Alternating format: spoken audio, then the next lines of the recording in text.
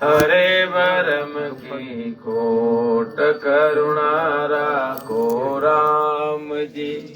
बरसो दीन दयाल गुण अवगुण सब भगत सो। आधो प्रीत संभाल राम घरु देव जी को। सिरे सिरे अनंत बार बार बार सिरे सब संता को प्रणाम रे। परिक्रमा प्रणाम सहित शीस निभाऊं भरूपा। मेरे साये राम राय दीजो भक्ति दान रे। कर जोड़ करुणा करो करुणा निदान। लागे मीठो राम नाम मोको मेहरबान रे। श्रवणा सुनो तो राम रसना गुणो तो राम। वाणी में करू तो राम संतारा बखान रे।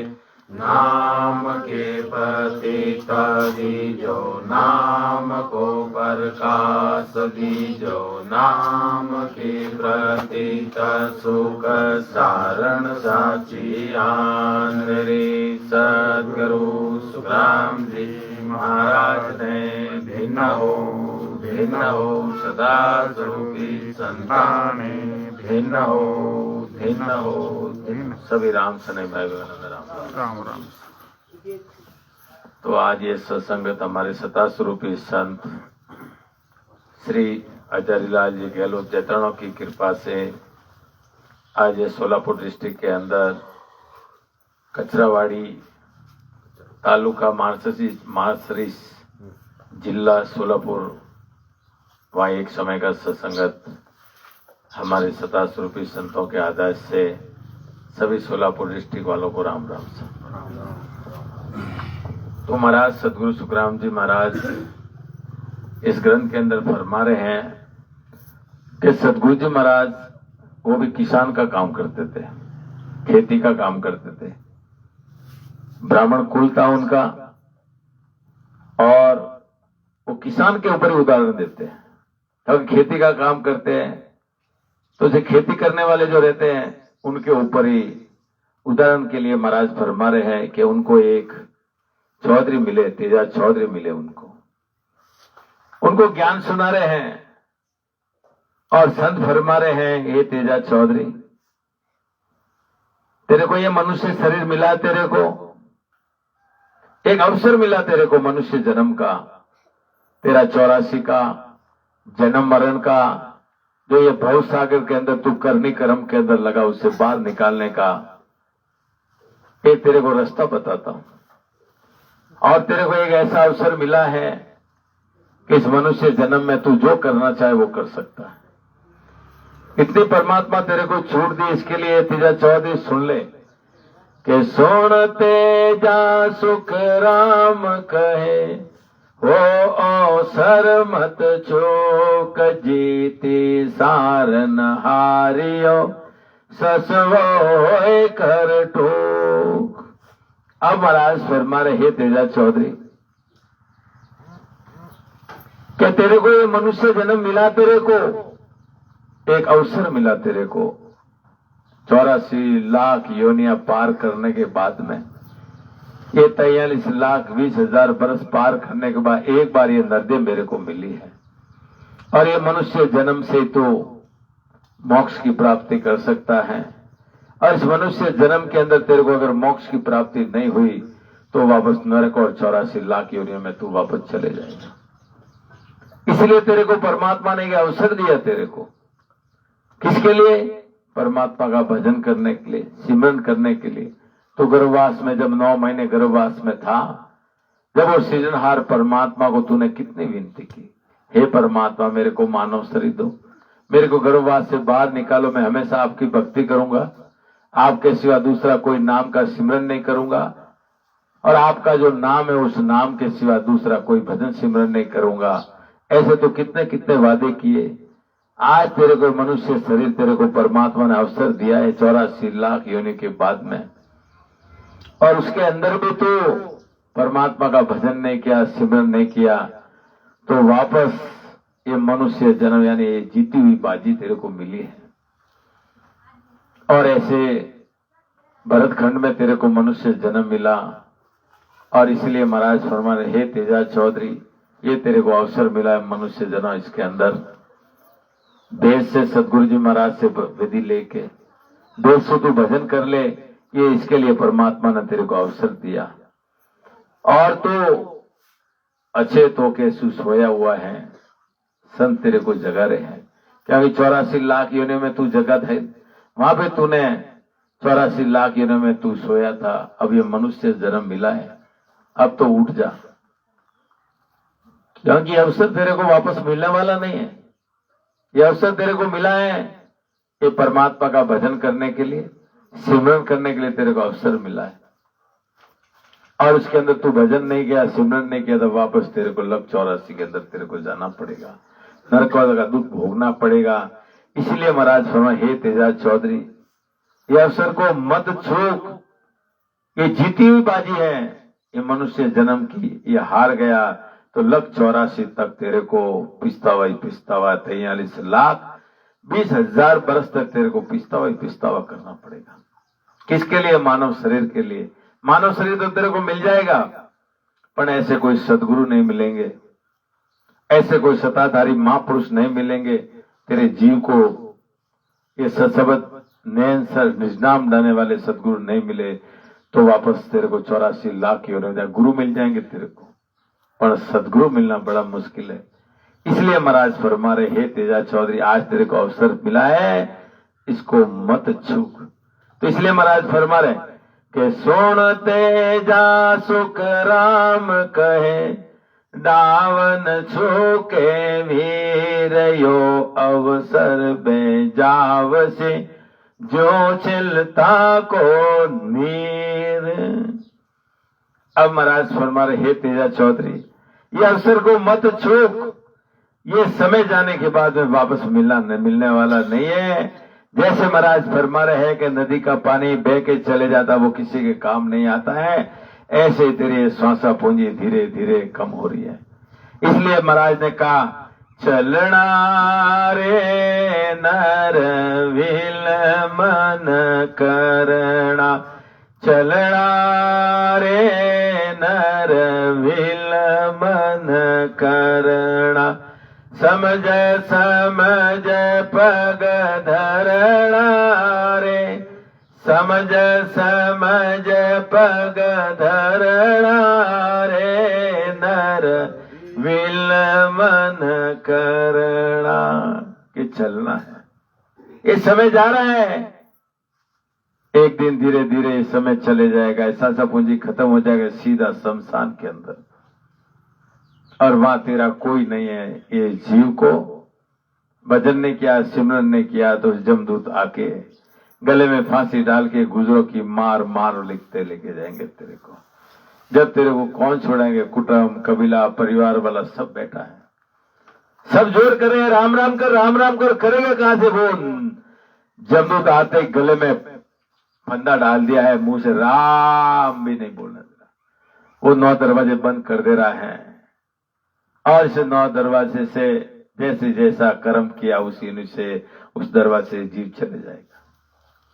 तो इसलिए महाराज फरमा रहे हैं कि आज अवसर तेरे को मिला है, उसको मत छूक, और ऐसे जैसे नदी का पानी बह के चले जाता, किसी काम में नहीं आता, ऐसे तेरा मनुष्य जन्म ऐसे ही चले जाएगा।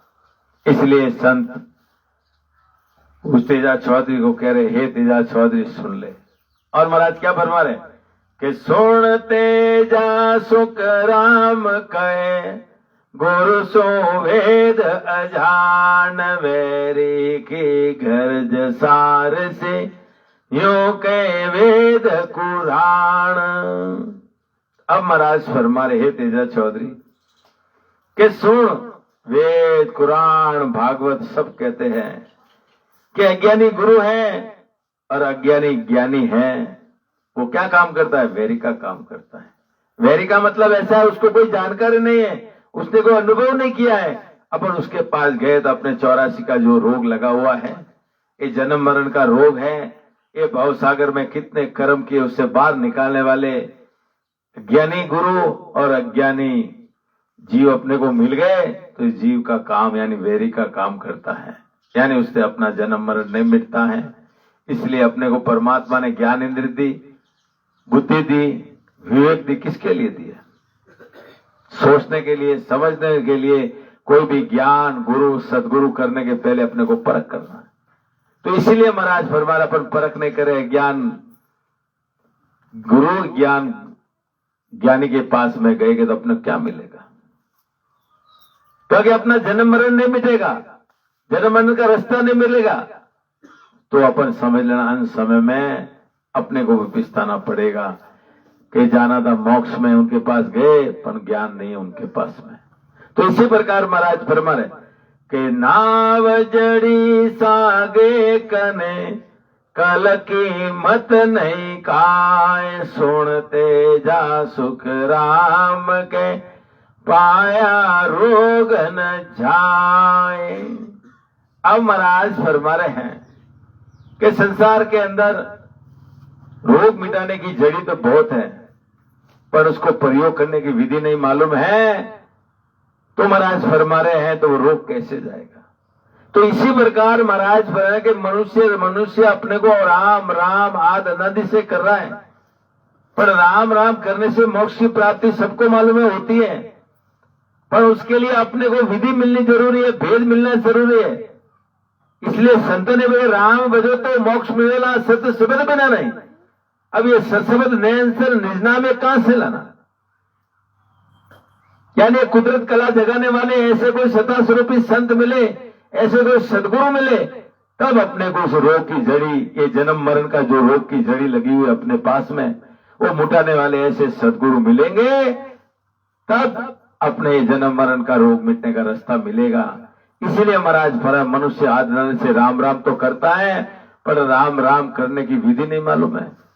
अब वो राम राम करता है, वो एक श्वास के अंदर वाणी का आधार से राम राम राम राम राम राम करता है, एक बेग की वाणी से राम राम राम राम करता है, पर महाराज फरमा के उससे क्या फल मिल जाएगा? स्वर्गलोक मिल जाएगा, वैकुंठ में उसका फल मिलेगा। पर मोक्ष की प्राप्ति तो राम नाम को भेद से भजन करोगे जब मिलेंगे। और भेद मिलने की विधि एक सदगुरु के पास में है। ऐसे सदगुरु नहीं मिलेंगे तो अपने को विधि कैसे मिलेगी?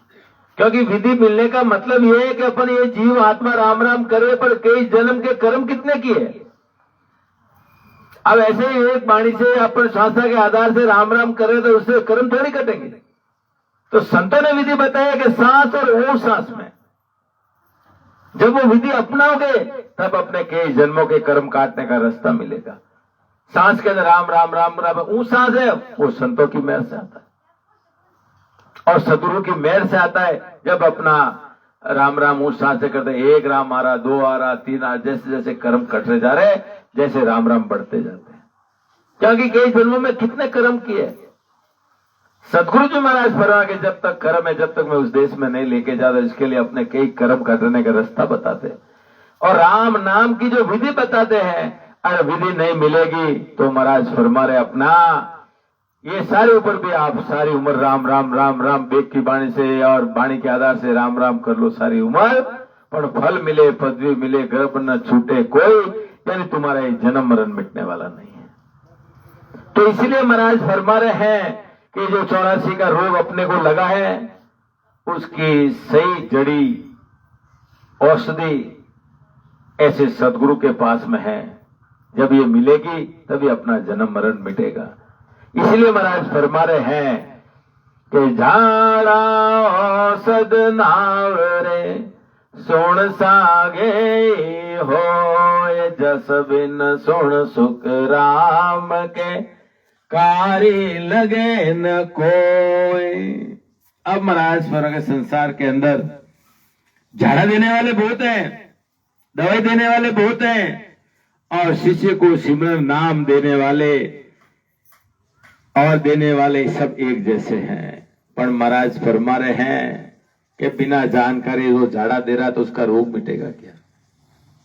ऐसे मोक्ष की प्राप्ति करना है तो मोक्ष में मिलाने वाले ऐसे सदगुरु की शरण लेनी पड़ेगी। और महाराज फरमा रहे, बिना जान करके झाड़ा देने वाले, दवाई देने, वो परमात्मा का नाम लेने से महाराज फरमा रहे उस शरीर में अब क्या मिलेगी आपको? शरीर में महाराज फरमा रहे हैं कि वो जन्म मरण का रोग नहीं मिटेगा, क्योंकि सदगुरु जी महाराज ऐसे हैं, वही एक नाम देते हैं, वो निज नाम देते हैं, वो कुदरत कला जगाने वाले ऐसे सता स्वरूपी सद मौजूद हैं। आज हमारे सदगुरु सुखराम जी महाराज के ज्ञान के द्वारा, हमारे सता स्वरूपी संत श्री हजारी लाल जी गहलोत जैतरण की कृपा से आज वो नाम, वो निज नाम और ये 84 का रोग की जो जड़ी मिटाने वाली औषधि उनके पास में आज मिलती है। और उनके द्वारा ही, उनकी विधि के द्वारा ही वही अपने को भेद से भजन करा के, 12 कवल छेदन करा के जन्म मरण से यानी खंड पिंड ब्रह्मण से चौथे लोक में जीते जी, ये जीव के पीछे जो कर्म करने से उसके बाहर निकाल के जन्म मरण से रहित कर रहे। तेजा चौधरी, आज तेरे को ये अवसर मिला है इस परमात्मा का सिमरन करने के लिए और भजन करने के लिए। भजन करके तू जीते जी उस देश में चले जा, ये अवसर तेरे को वापस मिलने वाला नहीं है।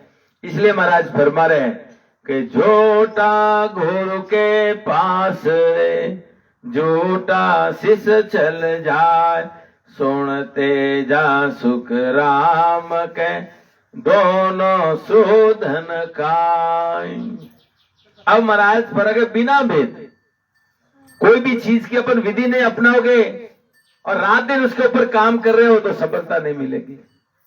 तो इसी प्रकार अपने को विधि और भेद मिलना जरूर। इसके लिए महाराज बिना भेद के रात दिन आप कितना भी भजन कर लो, सिमरन कर लो, परमात्मा की प्राप्ति नहीं, उसके संसार में उसका फल मिल जाएगा, परंतु परमात्मा की प्राप्ति नहीं होगी। इसीलिए महाराज फरमा रहे हैं, झूठे गुरु के पास में झूठा शिष्य चले जाए तो महाराज फरमा रहे दोनों को उसकी जानकारी नहीं है तो इस जीव को कहां लेके जाएंगे? खाली चेला बना देगा। चेला बनने से क्या जन्म मरण मिट जाएगा? वो अपने को सोचना है। इसके लिए महाराज ने अपने को ज्ञान इंद्रिय दी, दिमाग दिया, बुद्धि विवेक, किसके लिए? परख करने के लिए। परख क्या कि कौन से गुरु या सदगुरु क्या बोल रहे हैं, क्या उपदेश दे रहे हैं, क्या वचन बोल रहे हैं, वो अपने को ध्यान से सुनना। अपने को वो कौन से देश की वाणी बोल रहे हैं, कौन से देश ले जाने के लिए अपने को ये ज्ञान दे रहे हैं, वो विचार अपने को करना है।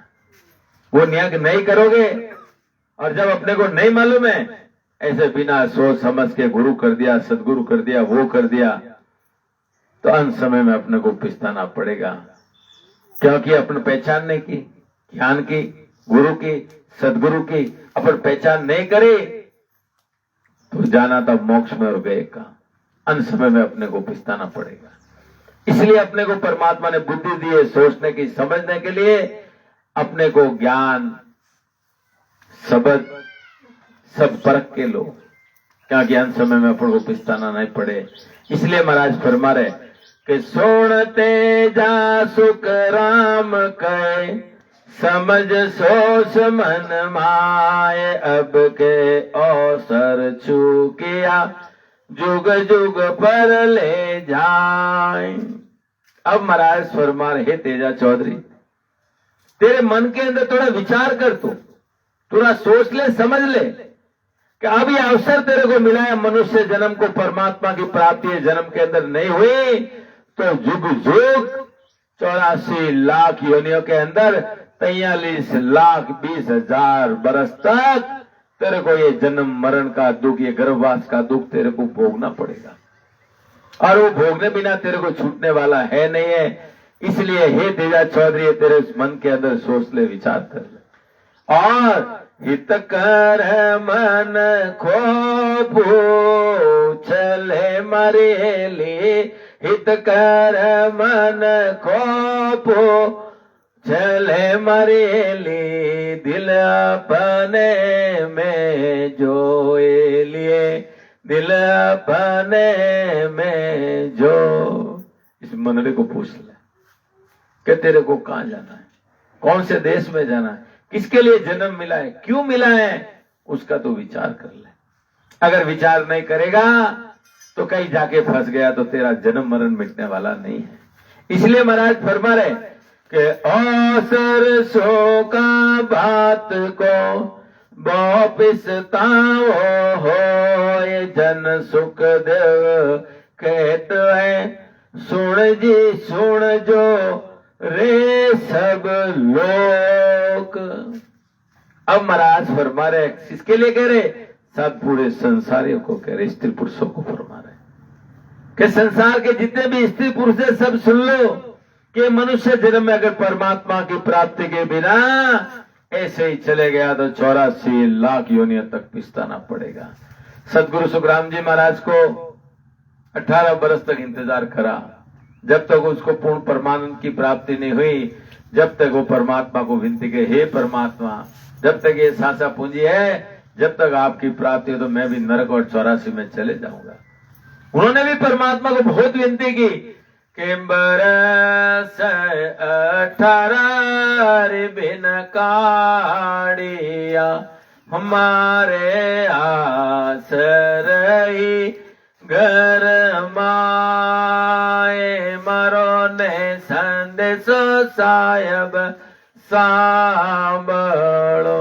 हे परमात्मा मेरा संदेशा सुनो, क्योंकि मेरी आत्मा तड़प रही है आपके बिना, क्योंकि जब तक अंदर सांसा पूंजी है, जब तक आप नहीं मिले तो मेरे को भी वापस 84 लाख योनियों में जाना पड़ेगा। इसके लिए सदगुरु जी महाराज अपने वीरमदास जी महाराज अपने सदगुरु जी महाराज को और सृजनहार परमात्मा ससुरु भगवान को बहुत विनती की कि हे परमात्मा मेरे ऊपर दया करो, नहीं तो मैं भी लग 84 के अंदर चली जाएंगी। इसलिए वो विरह के साथ कह रहे, इसलिए महाराज फरमा रहे हैं कि मनुष्य जन्म में अगर परमात्मा की प्राप्ति के बिना ये मनुष्य जन्म चले जाएगा तो वापस 84 लाख योनि में जानेगा। तो इसलिए संत भी फरमा रहे कि बार बार नर दे नहीं रे करना अपनो काजे, बार बार नर दे नहीं रे करना अपनो का, जन सुख आइण जीव के मारा सतगुरु जी ने ला, जन सुख आइण जीव के मारा सतगुरु जी ने ला, जे चालो नीरे हंसा अपना राम जनारे देश, के चालो नीरे हंसा अपना राम जनारा देश। के जीते जी मरने के बाद नहीं बोले, जीते जी चलो, क्योंकि जीते जी सदगुरु जी महाराज अपने को विधि बता दे, भेद बता दे, भजन करके उस देश के अंदर पहुंच जाओ, यानी महाराज सगरी नौता दे देगा, सब आओ। बोलो सदगुरु सुखराम जी महाराज दिन हो दिन हो दिन हो सदा स्वरूपे संतान दिन हो दिन हो दिन हो।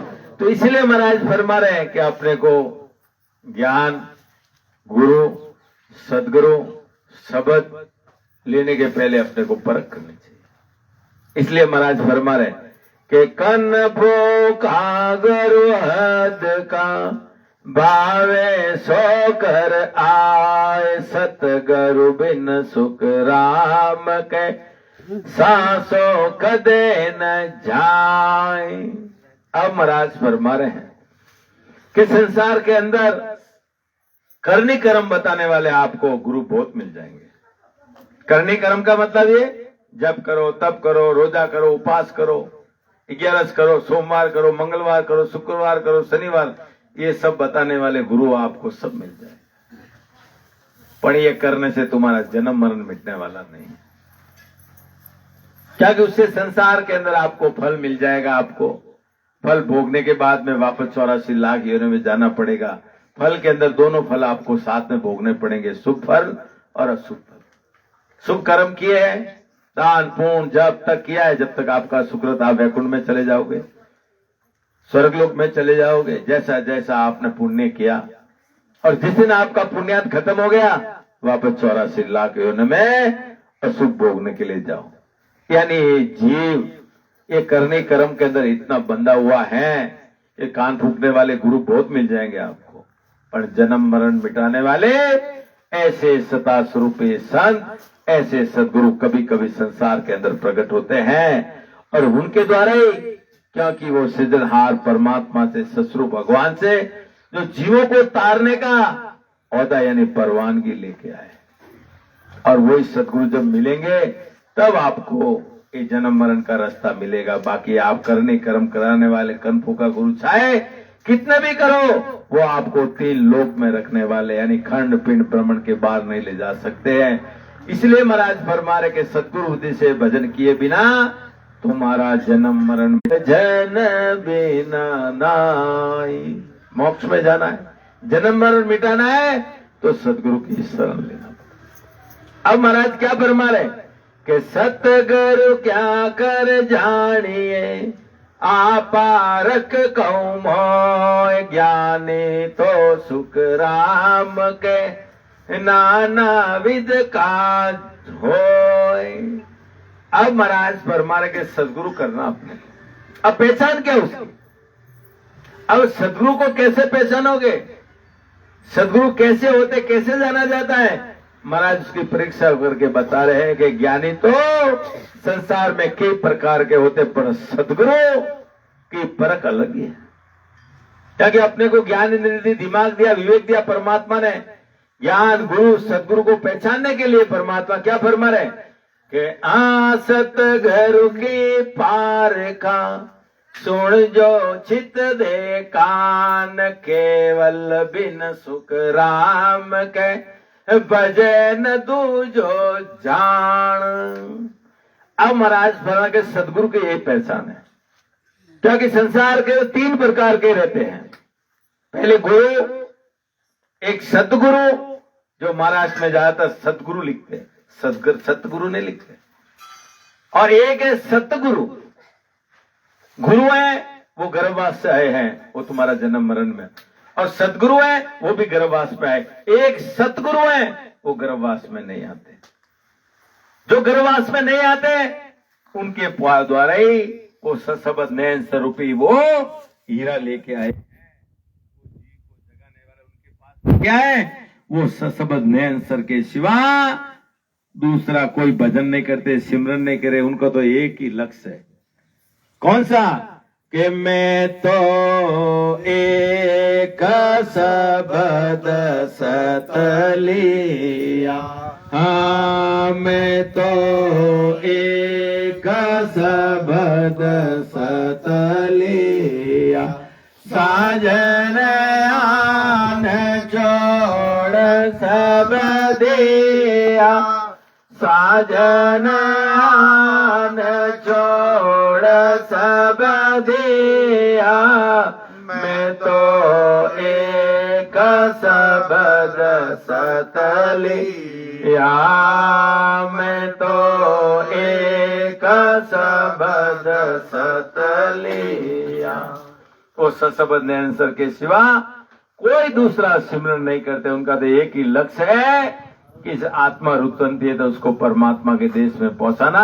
वो सशब्द नयन सर प्रकट करा के 12 कवल छेदन करा के इस जीव को मोक्ष में लेके जाना सदगुरु का यही काम है। और सदगुरु वो छेला नहीं बनाते। और बाकी जितने भी है गुरु है, सदगुरु है, वो सब छेला बना। 10 है तो 20 कब बने, 20 है तो 40 कब बने? वो गुरु पद की प्राप्ति नहीं, आप समान नहीं बनाते। एक संसार के अंदर एक सदगुरु है, वो आप समान बनाते। जहां पे पहुंचे वहां तेरे को भी लेके जाते हैं। जिस देश से आए हैं उस देश में तेरे को भी लेके जाते हैं। ये सदगुरु की पहचान है। और सदगुरु शिष्य का जो भी भ्रम है, क्योंकि जीव आत्मा कई भ्रमों में पड़ी है, कई कर्मों में पड़ी है, इस भ्रमों कर्मों से बाहर निकलते। जब उसको सत्य रास्ता मिलता है कि मेरे को कौन सी भक्ति करना है, कौन सा शब्द लेना है, जब वो अपनी ज्ञान इंद्रिय काम में लेता है, जब ऐसे सदगुरु की शरण में जाके वो आत्मा बैठती है, जब उसको मालूम पड़ा कि संसार के अंदर एक सदगुरु के बराबर कोई दान देने वाला नहीं है, क्योंकि सत्य रास्ता ने बताने वाला एक संसार के अंदर सदगुरु है। और उनके अणबे ज्ञान के द्वारा वो बड़ा अनुभव किया है। जो अनुभव किया है वो पक्का अपने को भी अनुभव कराते। किसके द्वारा? ये सशब्द नयन सर के तरफ ब्रह्म विराट से वो आके खंड कल वो प्रकट करा देते हैं, क्योंकि उनके पास में अगम दोष की ज्योति जल रही है, अपने को भी जगा।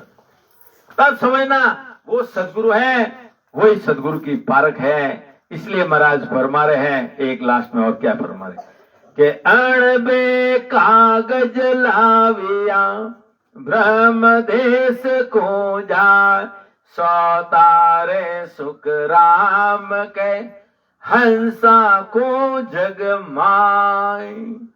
अब महाराज फरमा रहे हैं कि सदगुरु वो है जो मृत्यु लोक में सदगुरु मेहर से वो 12 कवल छेदन करके जीते जी केवल पद आनंद पद में पहुंचे हुए हैं, और पहुंच के ससुरु भगवान से वो अड़बे बाणी बनाने का ओहदा लेके आते हैं, और नैन सर रूपी खांडा लेके आते हैं, वो परवाना लेके आते हैं जीवों को तारने के लिए।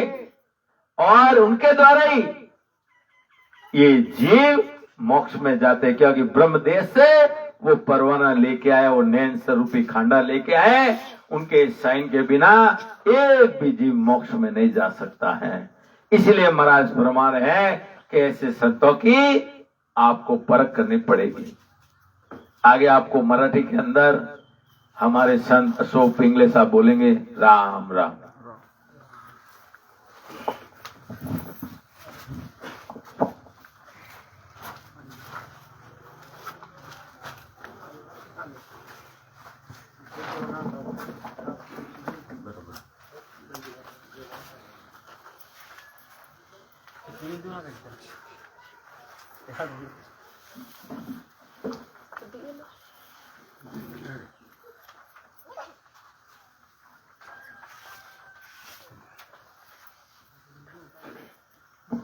बोलो सदगुरु सुखराम जी महाराज ने भिन्न हो भिन्न हो भिन्न हो सता सरोगी संताने भिन्न हो भिन्न हो भिन्न हो। राम प्रथम वंदन गुरुदेव जी जिन दियो नाम तत्सार, द्वितीय वंदन राम जी जिन में क्या भरम विकार, तृतीय वंदन सब संत जन अनंत कोट जन सार, जाके बदरज बरसता हंस उतर जाए पार, शरण सतगुरु दयाल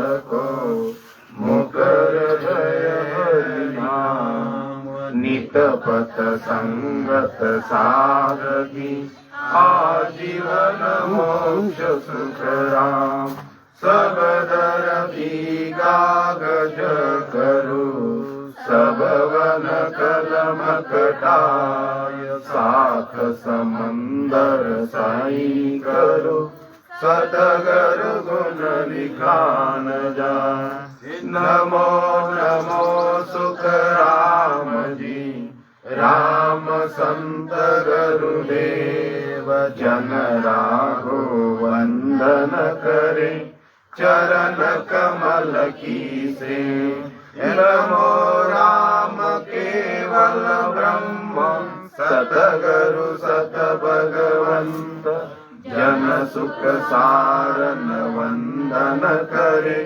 आदि अंत के संत। सतगुरु मेरा सूरमा करे शब्द की चोट, मारे गोला ज्ञान का हरे भरम की चोट, करुणा राखो राम जी बरसो दीन दयाल, गुण बरस आदु प्रीत संभाल। सतगुरु सुराम जी महाराज भिन्न हो भिन्न हो भिन्न हो, सदा स्वरूपी संताने भिन्न हो भिन्न हो भिन्न हो।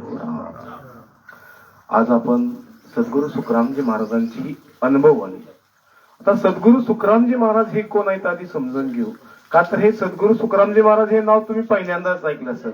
का तर आपल्याकडे तुकाराम महाराज, ज्ञानेश्वर महाराज असे अनेक संत होऊन गेले. तसेच एक सद्गुरू सुखरामजी महाराज हे राजस्थान मधील मारवाडी होते संत. हे संत कुठून आले? हे संत अमर देशातून आले. ह्या संतांचा जन्म गर्भामध्ये झालेला नाही, आईच्या गर्भामध्ये ते जन्माला आले. ते संत एका ब्राह्मणाच्या 9 वर्षाचा मुलगा असतो तो मृत पावलेला आहे, त्याच्या शरीरामध्ये त्यांनी प्रवेश केलेला आहे. आणि त्यांनी काय केलेलं आहे, 18 वर्ष तप केलं. आणि त्या तपातून त्यांना जो अनुभव आला, 18 वर्ष तप केलं. तप कुठं केलं तर स्वतःच्या शरीरामध्ये तप केलेलं आहे. कुठे केलेलं आहे? तुम्ही पहिल्यांदाच ऐकत असाल की तप त्यांनी कुठे केलं तर हे स्वतःच्या शरीरामध्ये तप केलं. किती केलं तर 18 वर्ष तप केलं. आणि त्या तपामध्ये त्यांना जो अनुभव आला तो अनुभव आणि नावाचा हा ग्रंथ लिहिला. आज जो संतांनी तुम्हाला जे सांगितलं आता ते त्यांच्या पदरचं नव्हतं, ते महाराजांनी लिहून ठेवलं 18व्या शतकामध्ये. ते 31,000 पानाचा ग्रंथ लिहिला. बघा, दुर्दैव म्हणू की फक्त 1100 पानं उपलब्ध आहे. किती? फक्त 1100 पानं म्हणजे किती? 30% सुद्धा ग्रंथ, सॉरी 30% म्हणताच येत नाही, 10% सुद्धा ग्रंथ नाही. म्हणजे सद्गुरू सुखरामजी महाराजांना स्वतःच्या शरीरात जो अनुभव आला त्यांनी तो. ज्यावेळेस सद्गुरू सुखरामजी महाराजांची आणि तेजा चौधरीची भेट झाली त्यावेळेस महाराजांनी काय सांगितलं? त्यांच्या भेटीमध्ये सद्गुरू सुखरामजी महाराज त्यांना सांगतात की इतर देवांची भक्ती कुणाची करावी, कशी करावी आणि का करावी. ज्या पद्धतीनं आपण 10वी झाल्यानंतर 11वीला आर्टला जायचं, कॉमर्सला जायचं का सायन्सला जायचं हे आपण ठरवायचं. आपल्याला जर डॉक्टर व्हायचं असेल तर आपल्याला सायन्सला जावं लागेल. जर आपल्याला मोक्षपदाची प्राप्ती करून घ्यायची असेल तर आपल्याला राम नामाशिवाय पर्याय. आता आपल्याला वारकरी संप्रदायामध्ये एवढं सांगितलंय की विठ्ठलाच्या नामाने सुद्धा मोक्षपदाची प्राप्ती होती. परंतु सद्गुरू सुखरामजी महाराज काय सांगतात की वैकुंठाची प्राप्ती होती. परंतु वैकुंठाने जन्म मरण मिटत नाही वैकुंठात गेल्यावरती. तुम्ही सद्गुरूच्या विधीने हे राम नाम घ्या, तुम्हाला समजेल अमरदेश कुठं आहे, वैकुंठ कुठं आहे. का तर जिवंतपणे अनुभव आहे. या ग्रंथामध्ये जो लिहिलेला आहे ते सगळं तुम्हाला अनुभव तुमच्या शरीरामध्ये येतोय. म्हणून सद्गुरू सुखरामजी महाराज तेजा चौधरीला काय सांगतात की तू खऱ्या गुरुकडे जा, खरा गुरु शोध. खरा गुरु कोण आहे? गुरु 3 प्रकारचे आहेत. एक गुरु आपण ज्याला, दुसरा गुरु म्हणजे सद्गुरु जो वैकुंठापर्यंत घेऊन जातो तो कोण आहे? सद्गुरु आहे. परंतु वैकुंठातून सुद्धा माघारी येण्याची रीत आहे. माघारी येणे म्हणजे काय? जर समजा तुम्ही विठ्ठलाची भक्ती केली, शंकराची भक्ती केली तर तुम्ही कैलासात जाल. देवीची भक्ती केली तर ज्योती लोकात जाल. आणि जर समजा तुम्ही विठ्ठलाची भक्ती केली तर वैकुंठात जाल. परंतु तिथं काय नियम आहे? तुमचं कसं ठरलेलं आहे की बाबा भक्ती विठ्ठलाची भक्ती केली तर तुम्हाला पुण्य मिळून तुम्ही वैकुंठात राहाल. समजा 12 वर्ष तुम्हाला वैकुंठात राहण्याचा योग आला तुमच्या त्या भक्तीमुळं. ज्या दिवशी तुमचं 12 वर्ष पूर्ण होतील त्या दिवशी तुम्हाला परत 184 युनिट पाठवलं जातं. मग तुम्ही केलेल्या भक्तीचं काय? ते पुण्य. पाप आणि पुण्य कसं आहे? दोन्हीही समान आहे. पाप करणे म्हणजे काय? त्याला लोखंडाच्या साखळीनं बांधणे. आणि पुण्य करणे म्हणजे काय? तर त्याला सोन्याच्या साखळीनं बांधणे. म्हणून सद्गुरू सुखरामजी महाराज तेजा चौधरीला समजून सांगतात की तू काय कर? सद्गुरूच्या विधीनं भजन कर. तू विधी धारण कर. ही विधी धारण करण्यासाठी तुम्हाला निवद, गुलाल, अगरबत्ती काही लागत नाही. तुम्हाला फक्त लागतं हे मनुष्य शरीर. परंतु तुम्हाला ही भक्ती कधी कळती? ज्या वेळेस आपल्या शरीरातून आत्मा निघून जातो बाहेर त्यावेळेस कळती की आपण आईच्या गर्भामध्ये असताना यमाला साक्षी ठेवून परमात्म्याला काय वचन दिलं तर हे परमात्मा मला मानव शरीर दे आणि मी तुझी आणि तुझीच भक्ती करील, मी दुसरं काही करणार. काय वचन दिलं? आणि कुठली भक्ती करील? राम नामाची भक्ती करील. मग राम नामाचीच भक्ती का? तर बघा, आपल्या घरी एखादा पाहुणा आला तर त्याला आपण काय म्हणतो? राम राम पाहुणं म्हणतो का नाही? राम राम पाहुणं का म्हणतो? आणि आपल्या दारामध्ये मैत झालेलं आहे, एखाद्या मैत्याला गेलं तर मैत उचलताना आपण काय म्हणतो? राम नाम सत्य आहे. काय म्हणतो? राम नाम सत्य आहे. राम नाम सत्य का आहे? का तर ह्या राम नामाने काय होते? मोक्ष पदाची प्राप्ती होते. 184 युनीमध्ये जावं लागत नाही. मग आपण इतर देवांची भक्ती केली, विठ्ठलाची भक्ती केली, शंकराची भक्ती केली, आदिमाया शक्तीची भक्ती केली, अगर कुठल्याही देवतेची भक्ती केली असेल, कुलदेवतेची भक्ती केली असेल, मग त्यावेळेस कुलदेवतेचं का नाव घेतलं जात? का नाव घेतलं जात नाही कुलदेवतेचं? राम नामच का घेतलं जातं? हे राम नाम आधी अनाधी काळापासून आहे. जी पृथ्वी ह्या राम नामावरती तरलेले आहे. हे आकाश राम नामावरती स्थिर आहे. फक्त राम नामावरती स्थिर आहे. म्हणून राम नाम सत्य. म्हणून सद्गुरु सुखरामजी महाराजांनी त्याच्या 14वीला काय सांगितलं? की हे राम नामाच्या भेदाशिवाय आणि गुरु कसा असावा? सत्ताधारी संत असावा. एक गुरु, दुसरा सद्गुरु आणि तिसरा सत्ताधारी संत. ते आपल्याला आजपर्यंत माहितच नाही. भक्त पुंडलिकांनी कोणाची भक्ती केली? तर राम नामाची भक्ती केली, विठ्ठलाची भक्ती केली. परंतु कधी केली? कुठपर्यंत केली? ज्या वेळेस भक्त पुंडलिक तीर्थयात्रेला निघालं, त्यावेळेस तीर्थयात्रेला गेल्यावर काशीमध्ये गेल्यानंतर त्यांना तिथे एका संताची भेट झाली. ते संत आपल्या आई वडिलांची पूजा करत होते. त्यावेळेस भक्त पुंडलिकाला समजलं की आपण काय करतोय? चुकीचं करतोय. का तर भक्त पुंडलिकाने काय केलं? तर बायकोला खांद्यावरती ठेवलं तर आई बापाला दोरीनं ओढत होत. संत रोहिदासाकडे बघितल्यावरती त्यांना समजलं की आपण चुकीचं करतोय. संत रोहिदासांकडनं त्यांनी आई वडिलांची भक्ती घेतली. ते नंतर पुढं काशीला गेले. काशीला गेल्याबरोबर तिथं काशीच्याच अलीकडे एक 3 कोसावरती रात्री त्यांचा एका राजाच्या घरी मुक्काम होतो. आणि तिथं ते मुक्कामी जेवण करतात, झोपतात आणि त्या राजाला विचारतात की अरे बाबा, इथून काशी किती लांब आहे? आता आपल्या इथं कोणी जर विचारलं माळसरस मध्ये एखादा नवीन परका माणूस आला आणि पंढरपूर किती लांब आहे, त्यावेळेस आपण पटकन उत्तर देतो पंढरपूर 40 किलोमीटर आहे, 45 किलोमीटर आहे. जर एखाद्यानं उत्तर दिलं मला माहितच नाही, तर त्यावेळेस तो भक्त काय म्हणेल? तसा या राजा म्हणला मला काय काशी माहित नाही, मला काय माहित काशी किती लांब आहे. मग भक्त पुंडलिकाला वाटतं की आपण नास्तिकाच्या घरी आलोया, आपण चुकीचं केलंय. काशी विश्वनाथ त्याला माहित नाही. 3 कोसावरती 4 कोसावरती असणारा काशी विश्वनाथ त्याला माहित नाही. आपण काय केलं? नास्तिकाच्या घरचं अन्न खाल्लेलं आहे, आपल्याला पाप लागल. रात्रभर हा काय करतो? असाच तर पडत राहतो, झोपत नाही. आपण चूक केली म्हणतो, इथं जेवण केलं. नंतर काय होतं? असंच पाठ होती आणि पाठचं काय होतात की 3 गायी येतात आणि 3 गायी काळ्या भंगार झालेल्या असतात. आणि 3 गायी काय करतात? त्या दरवाज्यातून प्रवेश करतात गुप्त रूपाने. हा भक्त पुंडलिक पाहतो, हा भक्त पुंडलिक पाहतो आणि काय होतं बघा, त्या गायींचं काय होतं? राजाच्या त्या दरबारात आल्याबरोबर, राजवाड्यात आल्याबरोबर त्या सुंदर स्त्रिया होतात. हा भक्त पुंडलिक बघतो आणि ह्या सुंदर स्त्रिया काय करतात की राजवाडा कोण साफसफाई चालू करतं, कोण भांडी धुवाई चालू करतं, कोण इकडे तिकडे काय असेल साफसफाई चालू करतं. त्यावेळेस भक्त पुंडलिक ह्या गायींना विचारतो की तुम्ही गायी होता आणि तुम्ही काळ्या भंगार गाय होता आणि तुम्ही पांढरी शुभ्र कसा झाला? स्त्रिया त्यावेळेस त्या गायी काय सांगतात बघा, त्या गायी म्हणतात की आम्ही हा राजा सर्वसामान्य नाही, ह्या राजाच्या दर्शनानं आणि इथं आम्ही साफसफाई करण्यानं. का तर ह्या गायी म्हणजे कोण? गंगा, यमुना आणि सरस्वती ह्या 3 देवी आहेत. आपण कुठं जातो? आपलं पाप धुण्यासाठी गंगेला जातो. ते पाप त्या नदीला लागतं, म्हणून ती काय होती? नदी काळी भंगार पडती आणि तीच गंगा माता या संताच्या दर्शनाला, ह्या राजाच्या कर्मठ नावाच्या राजाच्या दर्शनाला येते. दर्शन त्या राजाचं काम करण्यानं तिचं पाप धुवून जात. मग हा राजा आहे कोण? हा राजा सद्गुरूच्या विधीनं रामनाम घेतो. कशानं? सद्गुरूच्या विधीनं तो रामनाम घेतो. म्हणून ही गंगा माता, गंगा, यमुना, सरस्वती ती सुद्धा पवित्र होती या रामनामानं. आज तुम्ही ज्या संताच्या घरी आलात, इथं सुद्धा रामनाम घेतलं जातं. ते बी कसं? सद्गुरूच्या विधीनं घेतलं जातं. इथं तुम्हाला कुठं गुलाल, अगरबत्ती, निवद, नारळ काय दिसतो का? काही दिसत नाही, फक्त इथं भेदयुक्त रामनाम आहे.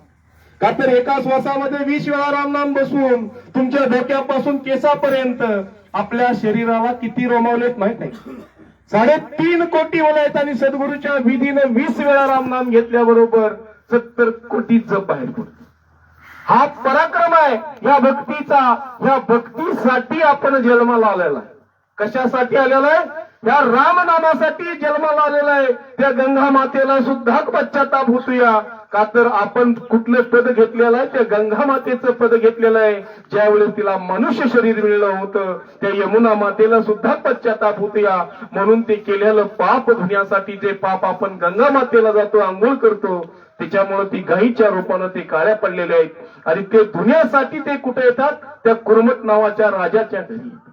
हे भक्त पुंडलिकाला समजतं आणि भक्त पुंडलिकाने काय केलं? हे रामनाम घेतलं, त्या राजाला गुरु केला आणि मग तो पंढरपूरला आला आणि आपल्या आई वडिलांची सेवा करू लागला. आणि सेवा करत असताना, भक्ती करत असताना स्वतः विठ्ठलाला यावं लागलं.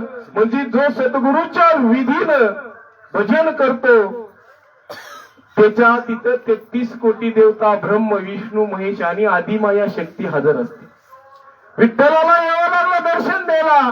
विठ्ठलाचं त्यानं नाम घेतलं नव्हतं, त्यानं सद्गुरूच्या विधीनं रामनाम घेतलं होतं.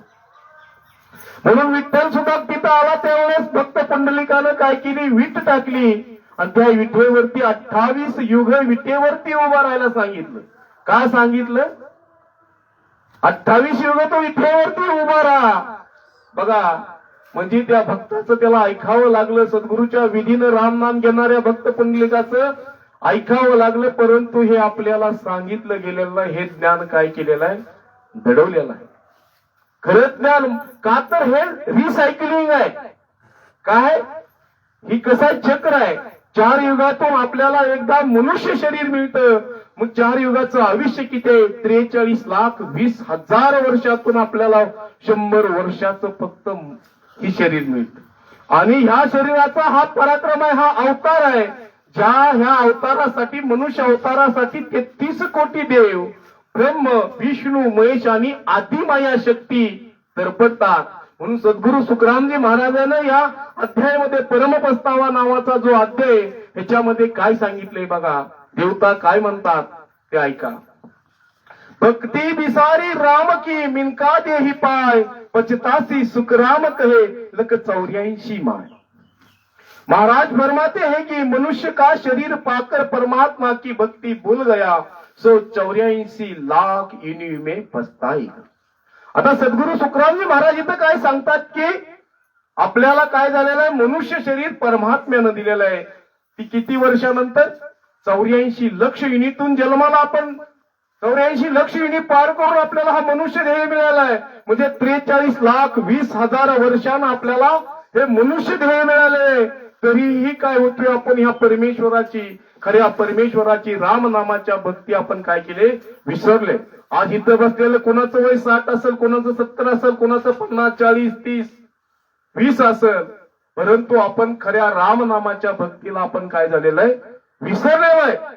का तर असं सत्संग घेणं गरजेचं आहे आणि जीवात्म जागृत करणं गरजेचं आहे. म्हणून सद्गुरू सुखरामजी महाराजांनी 18व्या शतकामध्ये सद्गुरू सुखरामजी महाराजांनी हा हुद्दा, हे सत्ता संत हजारीलाल महाराजांकडे दिलेले. आज हे राजस्थानमध्ये बसलेले संत आहेत आणि ह्यांच्याकडे ही सत्ता दिलेले. हे स्वतः आपल्याला अमर देशात घेऊन जातात सद्गुरूच्या विधीने भजन केल्याचं. काल ज्यांच्या घरी सत्संग झाला त्यांना विचारा, त्यांच्या आज मुलाखत इथं होणारच आहे. हे रामनाम कसं आहे की अनुभवाचं आहे आणि रामनाम घेतल्याबरोबर अनुभव येणार आहे. असं नाही की आपण पंढरपूरला जातो, मूर्तीचं दर्शन घेतो आणि माघारी येतो. पण इथं रामनाम घेतल्याबरोबर देवतांची भेट होती. देवता आपल्या संग बोलतात आणि आपण देवांसंग बोलतो ना, तर परमेश्वरासंग बी आपण बोलतो. देवता आणि परमेश्वर हे वेगळे. या भक्तीनं आपल्याला समजतं. जुन जुन पिस्तासी मानव देह के काज, राम सिमरन सुखराम कहे ओ मैसूर है आज. अनेक जन्मों से मनुष्य शरीर की प्राप्ति के लिए पछताता. महाराज फरमाते हैं कि राम जी का सिमरन करो, ये अवसर आज आ गए. सद्गुरू सुखरामजी महाराज इथं काय सांगतात की आपण 43,20,000 वर्ष, बघा 43,20,000 वर्ष, ज्या वेळेस पूर्वी आपल्याला मनुष्य शरीर मिळलं होतं आणि मनुष्य शरीर आपल्या हातून ज्या वेळेस निघून जातं तिथपासून ते आजपर्यंत म्हणजे 43,20,000 वर्ष आपण काय झालंय धडपडतोया, परमात्म्याला विनंती करतोया की हे परमात्मा मला काय करा, मनुष्य शरीर द्या. आणि मनुष्य शरीर द्या कशासाठी द्या, तर ह्या राम नामाचं नामस्मरण करण्यासाठी द्या. आणि मला काय झालेलं आहे का, तर ह्या राम नामाशिवाय मोक्ष प्राप्ती होऊ शकत नाही. आज ह्या जनावराला माहित आहे, या झाडाला माहित आहे, सगळ्याला माहित आहे हे राम नाम काय, परंतु आपल्याला कळत नाही का, तर आपल्याला मायारूपी पडदा आहे का, तर हा पडदा आपल्याला काय करतो, या खऱ्या परमेश्वरापर्यंत पोचू देत नाही. आपल्याला इतर देवांच्या भक्तीमध्ये आठवत 33 कोटी देवांचा राजा इंद्र सुद्धा पस्तावतोय, ब्रह्म विष्णू महेश आदी माया शक्ती सुद्धा पस्तावतात की मनुष्य शरीरासाठी. सद्गुरु सुखरामजी महाराज रे भिन्न हो, भिन्न हो, भिन्न हो, सदा स्वरूपी संताने भिन्न हो, भिन्न हो, भिन्न राम. लक 84 भुकुत जीवन कर नरतन पायो नीट, सुखराम राम शिवरे नहीं तो पशु पशु पंखी कीट. 84 लाख में भुगतने के बाद मुश्किल से मनुष्य शरीर मिला. महाराज फरमाते हैं कि आप भी राम नाम नहीं सिमरेगा तो पशु पक्षी एक कीट इन्हीं में जाना पडेगा. आता सद्गुरू सुखरामजी महाराज आणखीन काय सांगतात की 184 आपण काय झालेलं आहे भोगून आलेलं आहे. आपल्यालाही मनुष्य शरीर डायरेक्ट मिळालेलं नाही. 184 म्हणजे किती, 43,20,000 वर्षांना आपल्याला काय मिळालं आहे, हे मनुष्य शरीर मिळालेलं आहे. आपण काय तरीही आपण काय करतोया, हे शरीर आपण जरी आपल्याला मिळलं असेल तरी आपण हे भजन का, तर आपल्याला खरा गुरु भेटलेला नाही, खरा गुरु आपल्याला भेटलेला नाही का, तर खरी भक्ती काय, आपण कशासाठी जन्माला आलेलं आहे, आपण काय झालं प्रपंचामध्ये गुंतलेलं आहे. कुणाला काय वाटते माझा बंगला हो, कुणाला वाटते माझ्या घरी गाडी असावी, त्याच्यासाठी आपण रात ना दिवस पडतो. आणि आपण ज्याची भक्ती करतोय त्या भक्तीनं आपल्याला मोक्ष प्राप्ती होत नाही का, तर सद्गुरूच्या विधीनं भजन शिकवायचं हे रीत, हे ज्ञान आपल्याकडे नाही. आज सत्संगाच्या रूपानं तुम्हाला हे समजतंय, जरी समजलं तर ते तुम्ही किती घेता, कितपत करता हे महत्वाचं आहे. म्हणून सद्गुरू सुखरामजी महाराज इथं काय सांगतात की जर आपण ह्या पद्धतीनं रामनाम नाही घेतलं, सोडत्या सासानं जर राम राम घेतलं तरी उपयोग नाही. जरी आपण राम राम राम राम म्हणलो तरी चालणार नाही. घेत्या श्वासानं आपल्याला राम राम करावं लागेल का, तर सोडत्या श्वासानं आपण राम राम घेतलं तर फक्त वैकुंठापर्यंत जाव, परंतु आतल्या श्वासानं राम राम केलं तर आपल्याला मोक्षपदाची प्राप्ती होईल. जर आपण ही भक्ती केली नाही तर परत आपल्याला काय करावं लागेल, पशु पक्षी कीटक जलचर ह्या सगळ्यांच्या जन्माला जावं लागेल. म्हणजे किती, 43,20,000 वर्ष आपल्याला तडफडावं लागेल. म्हणजे 4 युग, द्वापारयुग, सतयुग, कलियुग, जी 4 युग आहेत त्या 4 युगामध्ये आपल्याला फिरावं लागेल आणि परत कलियुगामध्ये मनुष्य शरीर मिळेल. त्यावेळेस आपल्याला ही भक्ती मिळेल का? आज कुणाचं 60, 70, 80 वय असेल, कोणाचं 30, 40 असेल, त्यावेळेस आज आपल्याला ही भक्ती समजली, हे ज्ञान आपल्यापर्यंत आलं, परंतु आपल्याला वेगळंच वाटते का, तर आपल्याला पूर्व परंपरेनं जे ज्ञान सांगितलं आणि हे ज्ञान फार वेगळं आहे, परंतु ह्या भक्तीमध्ये अनुभव येतोया. म्हणून सद्गुरू सुखरामजी महाराज काय सांगतात बघा, मृत्यू लोक में मानवी, देव लोक में देव, सुखिया सब पचतासी, जो भूल हरि की सेव. महाराज फरमाते हैं कि मृत्यु लोक में मनुष्य, देवलोक में देवता, परमात्मा को भूल रहे हैं, यानी भजन नहीं करते वो सब पछताएंगे. आता सद्गुरू सुखरामजी महाराज इथं काय सांगतात की मृत्यू लोक, आपण जे राहतो ते मृत्यू लोक. आणि महाराजांनी इथं काय सांगितले की देवता, देवलोकामध्ये जे राहतात ते 33 कोटी देवता. तिथली लोकसंख्या किती आहे, स्वर्गाची लोकसंख्या किती आहे, 33 कोटी देवता. हे सुद्धा पछतावतात का, तर त्यांना ज्या वेळेस मनुष्य शरीर मिळलं त्यांनी काय केलं, कोणी होम हवन यज्ञ काय केलं असेल, विठ्ठलाची भक्ती केली असेल, शंकराची भक्ती केली असेल आणि त्यावेळेस ते फळ मागून घेतलं असेल, तरीही त्यांना काय परत 184 मध्ये यावं लागणार आहे. त्यांनाही सुट्टी नाही. का तर इंद्राचं आयुष्य किती आहे? 31 करोड 10,40,000 वर्ष. एका इंद्राचं आयुष्य किती आहे? 31 करोड 10,40,000 वर्ष. आणि 4 युगाचं आयुष्य किती आहे? 43,20,000 वर्ष. म्हणजे किती युगानंतर इंद्र बदलला जातो विचार करा. 9-10 युगानंतर एक इंद्र बदलला जातो. मग तो इंद्र कुठं जातो? तर त्याला सुद्धा 184 मध्ये जन्माला यावं लागतं. सद्गुरू सुखरामजी महाराज काय सांगतात की महाभारतामध्ये काय घडलं, महाभारताचं युद्ध किती दिवस झालं, तर महाभारताचं युद्ध 18 दिवस खेळलं गेलं आणि युद्धाचा 14वा दिवस असतो. किती? 14वा दिवस असतो. युद्ध संपलेला असतं, पाऊस पडायला चालू होतो आणि अर्जुनाचा सारथी कोण असतात? तर भगवान श्रीकृष्ण. ते 3 लोकांचे परमेश्वर असतात. 3 लोक कुठले? वैकुंठ स्वर्ग हा एक लोक, दुसरा कुठला? हा मृत्यू लोक, आणि तिसरं सप्तपाता. ह्या 3 लोकांचे परमेश्वर भगवान श्रीकृष्ण असतात, चौथ्या देशाचे नाही. मग काय होतं? हे श्रीकृष्ण रथ चालवत असतात तेव्हा अर्जुन काय म्हणतो? हे केशवा तू पाठीमागं बस, मी काय करतो? रथ चालवतो, तू भिजशील. ठीक आहे म्हणतो. श्रीकृष्ण पाठीमागे येतात, अर्जुन पुढे जातो. रथ काही अंतरावरती जातो त्यावेळेस भगवान श्रीकृष्ण मोठ्यानं हाक मारतात, अर्जुना रथ जागच्या जागेवर तू थांबव. अर्जुन काय करतो? रथ जागच्या जागेवर थांबवतो. आणि अर्जुन विचारतो की का तुम्ही रथ थांबवला?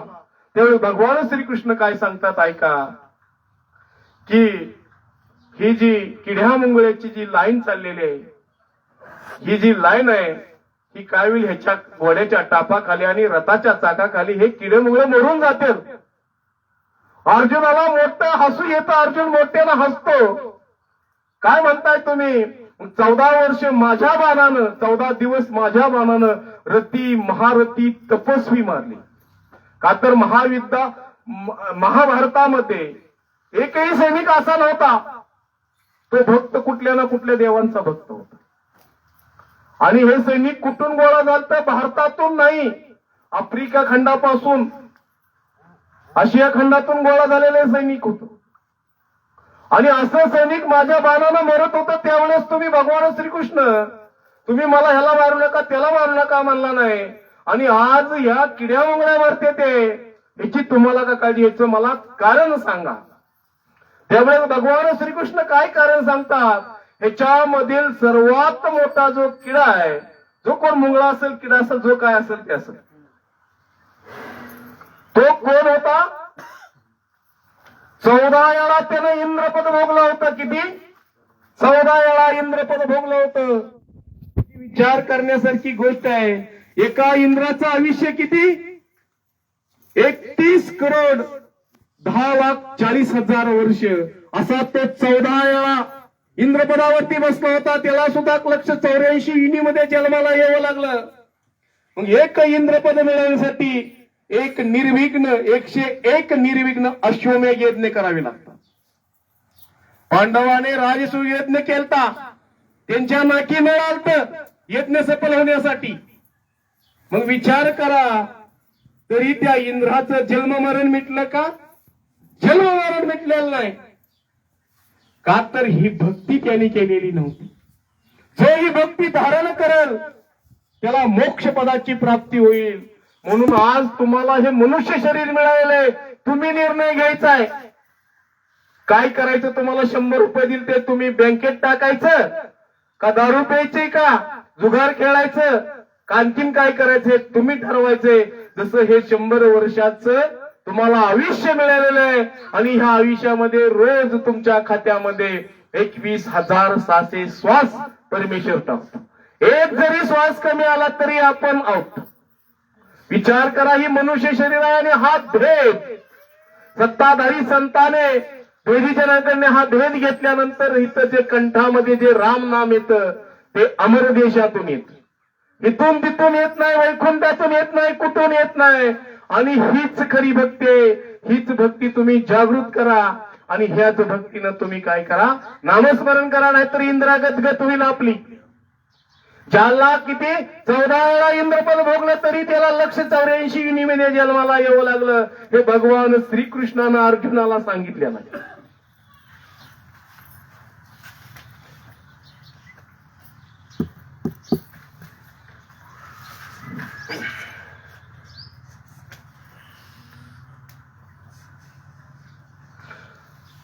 नरतन खेत नावकन निभजे, मोती फुलका बाया निभजे, संत साक फल फुला वरगाड़ा घर लाया.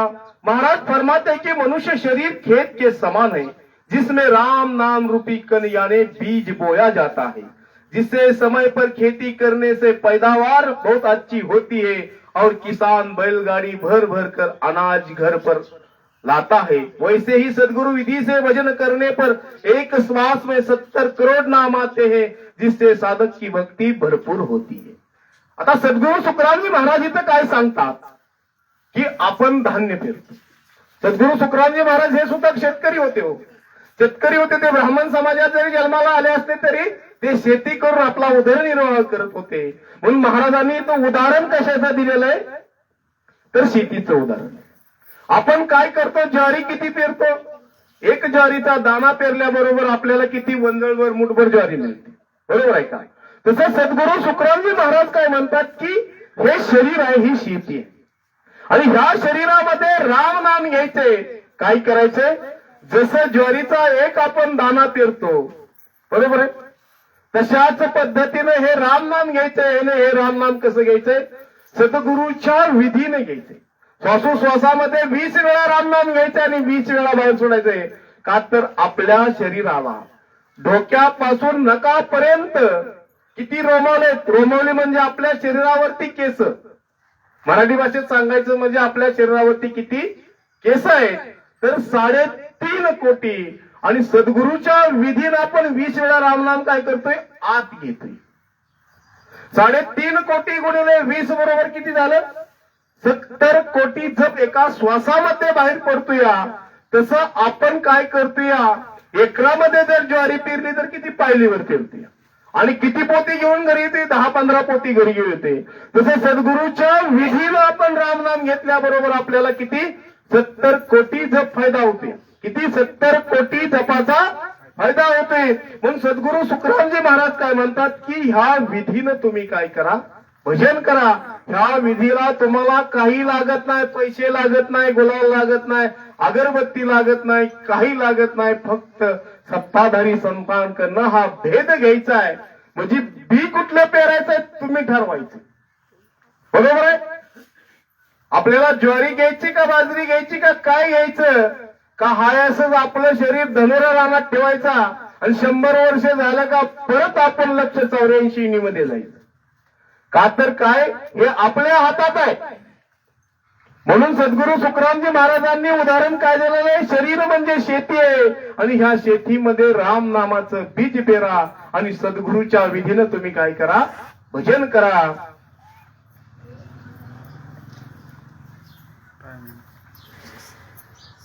मृत्यु लोक मनुष्य पछताया, देवलोक में देवा, भक्तिहीन सब पछतासी, बिसारी हर की सेवा. मृत्यु लोक में मनुष्य, स्वर्ग लोक में देवता पछताएंगे, भक्ति नहीं करने पर परमात्मा को भूल रहे हैं, वो सभी पछताएंगे. आता महाराज इथं आणखीन काय सांगतात की मृत्यू लोकामध्ये आपण ज्यावेळेस आपल्याला हे मनुष्याचं आयुष्य संपल, त्या क्षणाला आपल्याला कळेल, ज्यावेळेस हा आपला जीवात्मा या शरीरातून बाहेर पडेल, त्यावेळेस समजेल आपण का जन्माला आलतो आणि आपण काय चूक केली आहे. त्यावेळेस आपल्याला पश्चाताप होईल. तसं ज्या वेळेस 33 कोटी देव, इंद्र असू द्या, अगर कुठली देवता असू द्या, ज्या वेळेस त्या पदावरती बसतील त्यावेळेस त्या देवतेला सुद्धा पश्चाताप होईल. का तर आपण चुकलो, आपण फसलो. का तर आपल्याला आता एका इंद्राचं आयुष्य किती आहे, 31 करोड 10,40,000 वर्ष. त्याला तेवढं भोगावं लागणार आहे.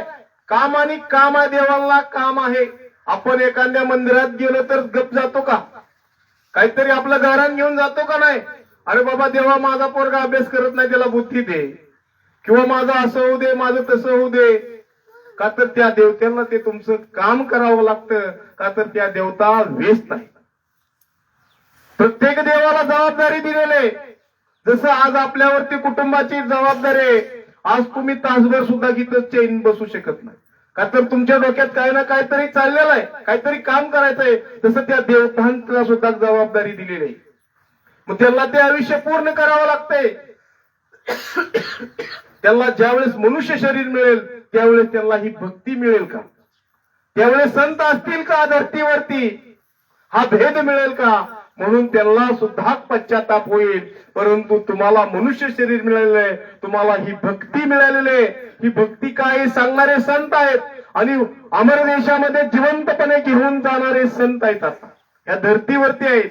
म्हणून तुम्ही काय करा, सद्गुरूच्या विधीनं ध्यान करा. ध्यान समाधि सदकोई साधु देवलोक में जावे, जिनको देख करे अबला का भक्ति काज पछताए. साधना करने वाले ध्यान समाधि के समय देवलोक में जाते हैं, तो भक्ति करने वाले जिनको देखकर इच्छा करते हैं और भक्ति नहीं कर पाने पर वो पछताते. आता बघा, जो सद्गुरूच्या विधीने हे रामनाम घेतो, जो ही भक्ती धारण करतो आणि भक्ती करत असताना तो कुठे जातो, स्वर्ग लोकामध्ये जातो.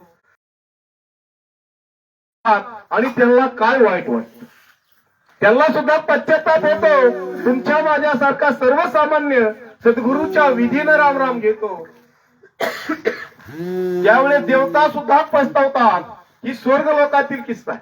कुठे स्वर्ग लोकातील आहे.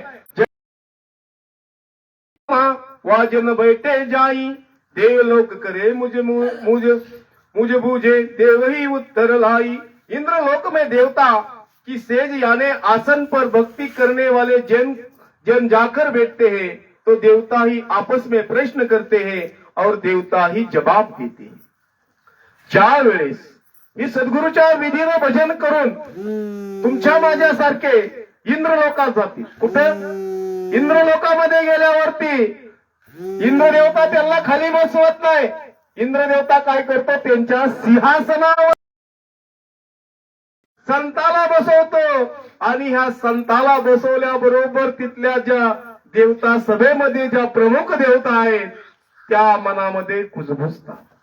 आता मला सांगा, मुख्यमंत्र्याच्या खुर्चीवरती जर तुम्हाला बसवलं तर त्या मंत्रिमंडळात असणारे मंत्री काय म्हणतील, ही कोण आहे, ही कोण आहे, काय भानगड आहे. तसं त्या इंद्रलोकामध्ये इंद्र स्वतः या संताला आपल्या सिंहासनावरती बसवतो आणि इंद्र खाली साईडला बसतो. त्यावेळेस देवता सुद्धा आपसामध्ये प्रश्न करतात आणि देवताच एकामेकाला त्याचं उत्तर देतात. काय संवाद होतो तो ऐका. लोको में को लोक बड़ा है, देहो में को देहा, नाव में को नाव बड़ा है, सेवा में को सेवा. तीनों लोकों में कौन सा लोक बड़ा है, 84 लाख शरीर में कौन सा शरीर बड़ा है. परमात्मा के अनेक नाम है, जिनमें कौन सा नाम बड़ा है. संगत करने में कौन सी संगत बड़ी है, सेवा करने में कौन सी सेवा बड़ी है. आता देवताच एकामेकाला प्रश्न विचारतात. काय प्रश्न विचारतात बघा. तीन लोक म्हणजे कुठलं, एक लोक समजा कैलास, स्वर्ग, तुमचं वैकुंठ, जे वर जे लोक आहेत त्याला एक लोक. दुसरं कुठलं आपण जिथं राहतो ते मृत्यू लोक, आणि तिसरं कुठलं खाली सप्तपाता. ह्या तीन लोकांमध्ये सर्वश्रेष्ठ लोक कुठलं. आता इथं काय सांगितलं, 184 विणीचं शरीर आहे. गुरावांद्राचं, देवतांचं, सगळ्यांचं, मनुष्याचं शरीर. ह्याच्यामध्ये सर्वश्रेष्ठ शरीर कुठलं आहे. आणि परमात्माचे हजारो लाखो नाव आहेत. कोण अल्लाह म्हणत असेल, कोण ईश्वर म्हणत असेल, कोण राम म्हणत असेल, कोण श्रीकृष्ण म्हणत असेल, कोण श्रीराम म्हणत असेल, कोण काही म्हणत असेल. या सर्व नावामध्ये सर्वश्रेष्ठ नाव कुठलं आणि संगत कुणाची करावी, आणि ही संगत केली तर त्या संगतीमध्ये सर्वश्रेष्ठ संगत कुठली, आणि सेवा कुणाची करावी, आणि केली तर सेवा या सेवेमध्ये जे संत आहेत त्यांच्यामध्ये सर्वश्रेष्ठ सेवा कुणाची. आता देवता आपसापसामध्ये काय उत्तर देतात बघा. लोकों में मरत लोक बड़ो है, देहो में नर देहा, नाहो में बड़ो है राम नाव है, सेवा में संत सेवा। तीनों लोक में मृत्यु लोक सबसे बड़ा है, शरीर में मनुष्य शरीर बड़ा है, और परमात्मा के नामों में राम नाम बड़ा है। संगत में संतों की संगत अच्छी है, सेवा में पहुंचे हुए संतों की सेवा सबसे बड़ी है। आता उत्तर काय दिलं बघा, तो संत तिथे गेलेला आहे, तो संत ऐकतोया कुठे स्वर्गामध्ये ऐकतोया। इथं काय सांगितले, 3 लोकांमध्ये सर्वश्रेष्ठ लोक कुठला आहे तर मृत्यू लोक या पृथ्वी लोक। हे कशासाठी सर्वश्रेष्ठ आहे?